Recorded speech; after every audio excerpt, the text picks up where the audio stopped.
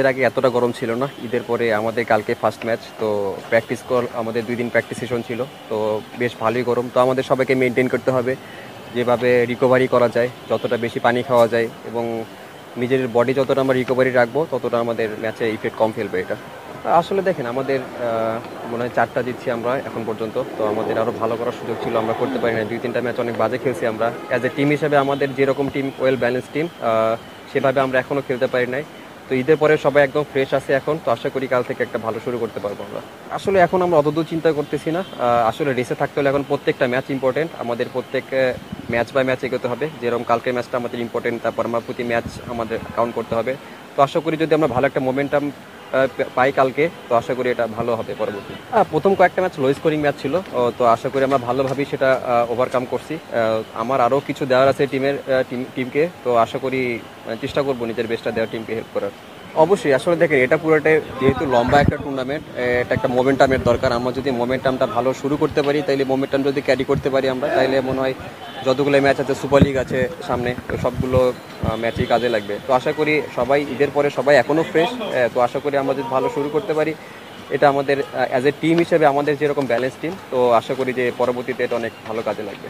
আসলে দেখেন এক এক মাঠে এক রকম খেলা হয়। যেরকম সবাই জানি মিরপুরের কেমন উইকেট থাকে সকালবেলা, বিকেএসপিতে কেমন থাকে সকালবেলা। তো আমার কাছে যেটা মনে হয় মিরপুরে প্রথম 10টা ওভার একটু ডিফিকাল্ট থাকে, এর জন্য হয়তো বা এদিক ওদিক হতে পারে।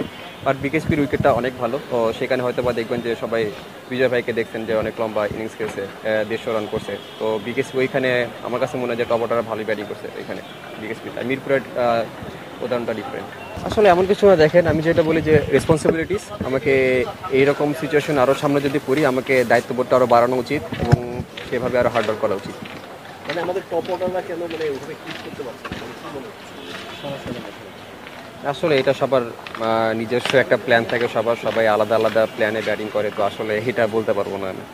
অবশ্যই আপনি যেটা বললেন যে একটা বড় কিছু করার, আমি আসলে এভাবে চিন্তা করি না। আমি জাস্ট চেষ্টা করি যে টিমকে ভালো কিছু কন্ট্রিবিউট করার। তো আমি যেখানে অনেক সময় দেখবেন যে ইনিংস শুরু করাটা অনেক ডিফিকাল্ট সব ব্যাটসম্যানদের জন্য, সেখানে আমি ওটা ভালোভাবে শুরু করতে পারছি, বাট মাঝখানে হয়তো আমি সেটা ক্যারি করতে পারতেছি না। তো আমি মনে করি যে এখানে আমার রেসপন্সিবিলিটিস কিছুটা অভাব রয়েছে। তো আমি এখন থেকে চেষ্টা করব এবং ডিপিএলও চেষ্টা করতেছি যাতে আমার রেসপন্সিবিলিটিস কীভাবে নিয়ে টিমকে হেল্প করতে পারি। তো আশা করি এখান থেকে জিনিসটা নিয়ে পরবর্তীতে কাজে লাগবে। ওয়ার্ল্ড কাপের যে বিষয়টা বললেন, অবশ্যই অনেক এক্সপিরিয়েন্স হয়েছে, কারণ ওখানে সব টপ প্লেয়ারদের সাথে খেলা হয়, অনেক বড় ফাইট হয় ওখানে। তো আশা করি এটা অবশ্যই সামনে আমাকে হেল্প করবে। স্টার্টিং খুব ভালো হচ্ছে, 30-32 বা 27-26, খুব কম বলে বা যে দরকার এখন আধুনিক ক্রিকেটে, সেটা আপনি খুব ভালোভাবে করছেন। এটা বড় করার জন্য আপনি যেটা বলেন যে কাজ করবেন, মানে কাজটা কেমন হতে পারে?